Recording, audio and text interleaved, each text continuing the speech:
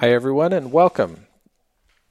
This session is about getting great references and how to help your professors give the best references to you.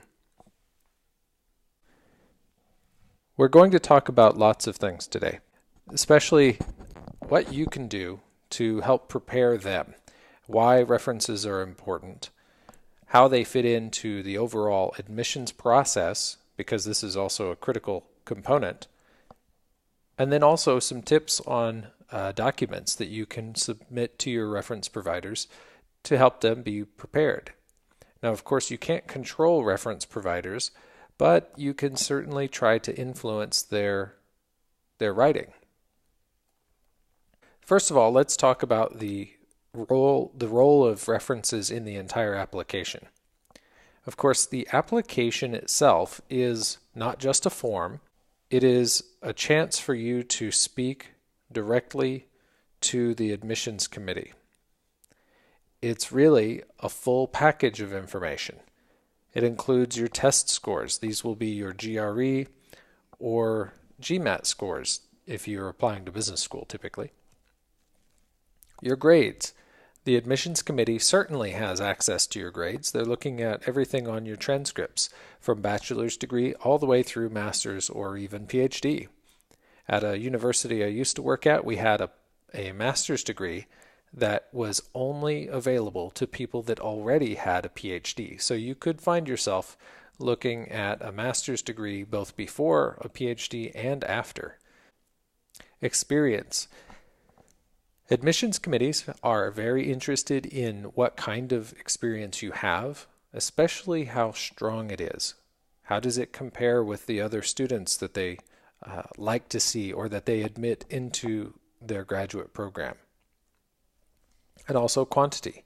If you've had a short-term internship that was high quality, then the quantity may be a little bit shorter and it might be okay.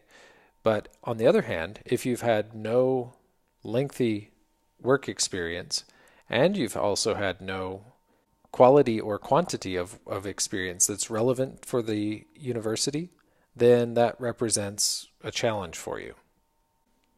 Add to this references, which we will talk about today. And lastly, your essays or statement of purpose. Together, this package of information speaks for you in the admissions committee. Now you have to ask yourself, what do you want to be in the eyes of the admissions committee? You have to put this package together in a way that represents you as well as possible. And that means doing your best to write effective essays, of course representing your experience well on your CV and resume. Your test scores and grades, well, there's not much you can do about them, but you can do something about references. So let's get started. First of all, here are a few strategies that you can use when choosing reference providers. First of all, you might decide to choose a reference provider that can help minimize your weaknesses. Perhaps you are applying to a program that requires quite strong mathematics background and your test scores were not as good as you hoped. Alternatively, perhaps you're applying to a program that really values high quality communication skills and your GRE verbal or your GMAT verbal or your TOEFL or IELTS scores weren't as strong as you think they should be. You can ask for a reference provider to specifically address this issue inside their reference, inside their writing. And that can be a very key advantage in minimizing your weaknesses because other people can speak about your capabilities. Now, the opposite is certainly true. You can maximize your strengths by having a reference provider highlight something that is a strength of yours and is very important to the school you're applying to. I've already talked about the English abilities. One last strategy here is the possibility of asking for a reference from somebody that went to the university or the program that you are applying to. Now that doesn't change a lot, but it does give the reader of the reference a sense of familiarity with the reference provider and they should certainly mention in their reference whether they are a graduate of that school. Above everything else, it's most important to show how you, the applicant, fit in at that school, and be specific. So let's talk a little bit about who to choose for your reference providers. There are lots of choices. You have lots of professors out there. One, and this is probably obvious to everybody here, if you've ever sat in a large lecture class, this is possibly a situation you face. You have a professor whose class you took. Maybe you got an A or a solid grade in that class, and you liked it very much, but you'd never really interacted with the faculty member. In a situation like that, you're going to have trouble getting a reference from most faculty members. And any letter that you could get from them would not be the ideal letter either. I gave a reference provider workshop to a room full of faculty members at Middle East Technical University, and many of the faculty members present said they would not even give a reference letter to somebody that had been in one of these big lecture classes because they simply just didn't have any familiarity with them. The fact that you got a good grade in their course was not enough by itself to justify getting a reference. So what do you have to do then? You have to look for professors that you have a stronger relationship with. For example, you may have had a smaller course, a seminar type course, and may have had a pretty good relationship with the faculty member. In a situation like that, you can certainly approach them about a reference. Now, they may still want to know about your performance, and they may not feel comfortable giving you one, but that's a different story. The professors that teach in small seminar courses are generally a fine group of people to select or to ask. Remember, you're not actually choosing them. You're asking and requesting that they give you a reference. And they could always say no. But for the most part, in small seminar groups, they will most likely say yes if they have the time. Now let's continue. If you had a professor for more than one course, and especially if it was more than one small course, a seminar course, then this is an ideal person to give you a reference because they should know you in a very intimate setting. They should know the quality of your work. They should have familiarity with the projects that you worked on in that class and be able to write a very effective reference for you. Now, of course, even better than this is a reference provider that you worked for as a research assistant or as somebody that was your thesis advisor. In these situations, you have a very strong direct relationship with that faculty member, and they are familiar with your both academic work and independent thinking abilities, perhaps your group work, perhaps leadership. They can really comment about a wide variety of things. So one of the best people to give you a reference is your thesis advisor or the faculty member that you were a research assistant for. Now, one caution, if you're applying to a PhD program in a research discipline and you did a thesis during your master's degree, it's expected that one of your reference providers will be your thesis advisor. So what you should do is make sure that you have a good relationship with your thesis advisor. That person is really critical. The PhD admissions committee may ask you, why don't we see a letter from your thesis advisor? Now, you might want to address that to the admissions committee.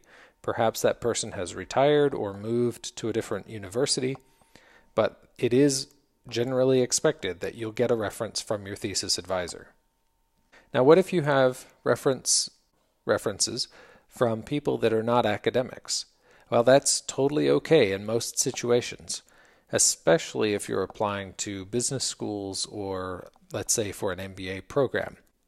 If you have been in the workforce for a while, then it's really fine for you to have a non-academic reference from a professional in your industry. It may still be somebody who's familiar with your research work, somebody who can talk about your technical capabilities, but it's okay that they're your manager or supervisor and not your professor or faculty member. This is especially true the longer you have been out in the workforce. Let's move on and talk about some specific ways that you can help professors help you become an admitted student through the strength of their references. A few rules of thumb here, a few general principles that will help keep you on the right track. Ask them early and give them lots of time to respond. Professors will tell you that they are busy people and that they don't have much time for this. You have to do what you can to make sure your favor is not a burden to them. Remember that they might have 100 students or 200 students across several different courses every semester. If just 10% of them asked for letters of reference every graduating class, you're still talking about 20 or more different reference letters. And that's a lot of work. As one of the professors pointed out to me some time ago, we don't get paid to write letters of reference.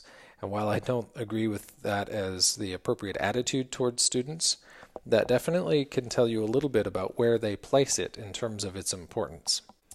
Having said that, you can't make them work hard for your reference. You need to go there to retrieve the letters in person.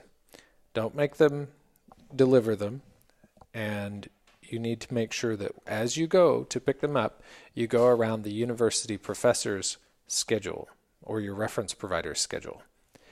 Do everything you can to make this convenient for them so that they can make it strong for you. And lastly, sometimes it's difficult to get a reference out of somebody, even if they've said, yes, I will. Sometimes it can be a challenge. In a situation where they've said, yes, I will give you the reference, and then it turns out that it takes them a long, long time, you need to be persistent about your timeline and how important this is to your future. But you also have to be polite. Don't be rude, don't demand, but definitely go stand up for yourself and say, this is quite important, and the impact of your reference can either help me get into the graduate school or it can potentially keep me from being considered. Moving on, we're going to talk about what does an effective reference contain. I want to show you these categories. A most effective reference has three main areas. There's information about the student. There's information about the receiving school. This is the university that you're applying to. And the third category is information about the school you're graduating from, the university or program that you're finishing, or the university or program associated with your reference provider. Now, of course, the most effective references have all three. As we go through them, I'll give you some more details about what each of these three categories mean, but it's this overlap that you have to strive for. And what I mean here is that you have to make sure your reference provider has enough information in each of these three categories so that they can write you an effective reference. If you don't give them information, it will not be in the letter. This is a checklist for you to use and to provide to your reference providers. Help them give you useful information by doing these five things. You have to give them this pertinent information. What qualification or characteristic does the program you're applying to want most in its applicants? This is not typically something that is readily broadcast on their website. However, it is something that is generally easy to learn through an effective reading, a thorough reading of their website, plus additional resources and information that you might have, like their brochures or their emails to you. You can learn if a program really values independent study and independent work, or if it values teamwork, group work, leadership, quantitative skills and abilities, or if it really focuses on the ability to communicate. Generally, you can discern this information by really closely reading and paying attention to the program information. Now next, of course, you have to tell the reference provider, how do you match that? Those characteristics or qualifications that you identified, you have to tell the reference provider what you have in your own background that lets you match it. Be specific. Remind them of projects that you've worked on. Tell them about skills that they might not even know about. A reference provider generally only has a limited perspective of you. So if you need to tell them about other parts of your past or other experiences, do that. Give them this information. But be concise. Don't regurgitate your entire history for them. In the reference provider briefing document, you should include these points, but you need to make sure that you include only the most relevant parts of your past. Otherwise, you'll overwhelm the reference provider and they won't want to write the reference. Two other documents that you should give to a reference provider are your CV, your most current CV and resume. If you have tailored your CV or resume for a university, then of course give them the one that matches that university. And lastly, any statements of purpose or essay drafts that you have, you need to give those to the reference provider too. But remember, those should be unique for every school. So you might give your reference provider 6 or 8 or 10 different essays because each one should be entirely tailored to the universities that you're applying to. So don't give them a single SOP and say, this is my SOP. Okay, let's talk about the specific content here. In terms of student details, the reference provider should explain how long they've known you and in what capacity. Now, they know this information. They don't have to get it from you. But what they might not know are things that also show your intellectual capability, like projects, publications. They might have to be refreshed on some of those things because they may not remember them. If you graduated more than a semester ago, or if you were in their class more than a semester ago, chances are pretty high they won't remember your specific projects in that class. The professor will be able to comment about your grades compared to others in the class. If your performance was among the top students, then that's a good thing. If your performance was among the bottom students, he or she is probably not going to give you a reference anyway. Now, weaknesses. You may wish to tell a reference provider that you are a little bit weak in a certain area and ask them if they could comment about your abilities in that area, because it would be helpful for you to eliminate that weakness. That's terrific. So the reference provider could say something about how they know you have this weakness, or there's a perceived weakness, and that your true capabilities are much higher than it appears, or that you are capable of doing things that this weakness or perception of a weakness would suggest you can't do. Okay? And communication skills. These are just some examples of specific information that the reference provider can put in. Some of it is included in every single reference just because that's an expected industry standard, but some of it is unique depending on your own circumstances and situation. Now let's talk about the content related to the schools that you're applying to. What matters to the receiving program is information that they tell you they are looking for in their website, on their brochures, in any email communications, in the average statistics that they publish. You can learn a lot about what a program values by paying close attention to them. You can identify skills, traits, experiences. You can identify qualifications, characteristics. All of these things are readily available to you. You have to analyze the school to decide what you think they value. And they'll tell you most of the times what they value, so just listen to them. So provide this information to the reference provider. I'm applying to University X, and University X seems to value this characteristic, this experience, and this trait. And then you will tell the reference provider how you match that context. You need to tell the reference provider, I have this skill from that past experience. You need to tell the reference provider things that they should know but probably don't, and hope that they will use that information inside their reference. Now, the reference provider should write how well they expect you to do in the context of this new university and the program at that university. For the most part, reference providers all say something about you, the student, being capable or ready for graduate education, and that they are sure you will succeed in that dynamic environment. Now, I'm being a little bit facetious, but this kind of language is pretty common. And while nobody ever asks for a bad reference, just getting an ordinary reference sometimes is interpreted as a bad reference. If you get a great reference, that stands out. But just ordinary references, no, that doesn't stand out at all. Reference providers write very similar things from student to student, from year to year. And if you don't give them the information that they need to change what they write, you will get their ordinary average reference. That doesn't mean you're an ordinary or average student, but it does mean that you've missed an opportunity to get a very powerful reference. Every university should get a unique reference. Now, I know that's hard, and in some cases it's not even possible. Your reference providers may reject that, but it's up to them to decide.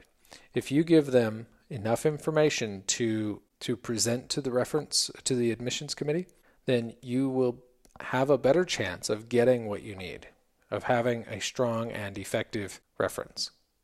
This is the most important section of a reference, and unfortunately it's also the most overlooked. Most reference providers will give you information, will provide to the admissions committee, information about the student and about how they know the student, and they'll probably say this student is capable of graduate study. But they typically don't personalize it or customize it. When they do, it becomes a very powerful reference. Now, the third part of this formula, you could say, is information about the school of origin or the program. I'm going to use Middle East Technical University as an example here. METÜ is one of the best universities in Turkey, and approximately 40% of our graduates go on to graduate school. Saying something like that inside the reference letter can help those people on the other side, the readers, understand how strong METÜ is overall. Of course, that doesn't have anything to do with the applicant directly, but if the applicant has succeeded in a very challenging program, or if the applicant has done well enough to outperform peers in that group, in that department, then it's important to say how tough is the competition. If 40% of the graduates go on to graduate school, you can tell that these are ambitious students, and you can tell something about the quality of student body at METÜ. Now, of course, this particular statistic only applies to one university, but there are other statistics that can tell stories about each university. You have to hunt for them and find them as appropriate for your own situation. The average grade levels in a department tend to be low. This is the kind of thing that I hear a lot from students in very rigorous engineering programs. And while that might be true, it might be the case, it's typically the reference provider who should be able to talk about that, not the student, not the applicant. The applicants really don't know officially what are the typical grades in any particular department. Let me continue with a few more examples.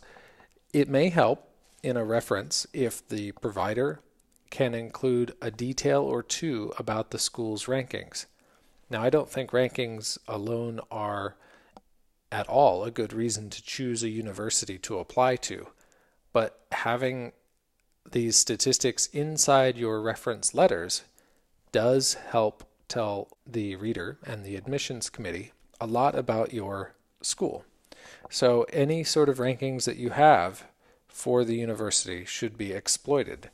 They should be used to your benefit. Accreditation is the last suggestion on this list. ABET, in this case, ABET. This is the accrediting body for programs of engineering. Some of these specialty accreditations are quite difficult to obtain, and a global standard, If your school has one of these specialty accreditations, you might want to remind your reference provider that the school you're applying to might want to know that they are ABET accredited or some other accreditation. This is important because, believe it or not, your school is not famous all around the world. Your school certainly may have a reputation in its own academic field in certain areas. It's true that your school is not as famous as you think it is. An admissions committee member sitting inside of a university in another country has a very strong chance of having never ever heard of your school. And when they get your application and they see your school, they're not going to rush out and do a lot of research to find out how difficult is it to get good grades at this university. They're not going to find out what are all the school's rankings. They're not going to do that kind of research. The due diligence here is on the applicant. The applicant needs to provide this information to the reference provider. And of course, some of this information can be provided to the university that you are applying to through other documents like your CV and resume, or even included inside of your statement of purpose when appropriate. These are some examples. Now let me wrap up. What happens after you've given this information to the reference provider? First of all, they've said, I will give you a reference. You've then provided them with a document using that checklist I gave you earlier and examples of information about you, about the school that you're applying to, and about your current university that might not be known to the admissions committee. What next? Well, after they do successfully write you a letter of reference or submit it online, you need to say thank you. It's very important, not just for human relations, but it's important because if you don't say thank you, these professors don't feel appreciated, and it will be harder and harder for other students in the future to get that same professor to write references. As I said earlier, sometimes they think this is not their job, but it actually is. If you don't say thank you, that hurts everybody's chance of getting a reference. After you've thanked the professor for their input and for helping you with your applications, you promise to keep them updated about the results. This ensures that you have a continuous relationship with the professor that gave you a reference. It helps you to make sure that you are monitoring your status and giving an update to them because these people could be very important to you.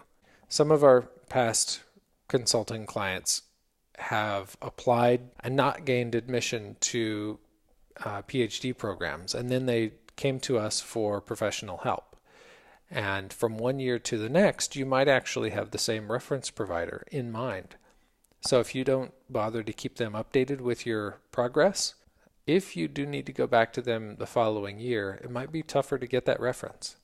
So you have to make sure you're telling people thank you, that you're asking them nicely, please, that you're being persistent and polite, and most importantly, that you write out a briefing document with enough information for this professor to give you the best possible reference. Once they have that document in their hands or electronically, it's up to them to decide how to use it. Some professors may read it, some professors may read it and act on it, which would be perfect, and a few professors may actually ignore it because they already have a template that they use for all of their students.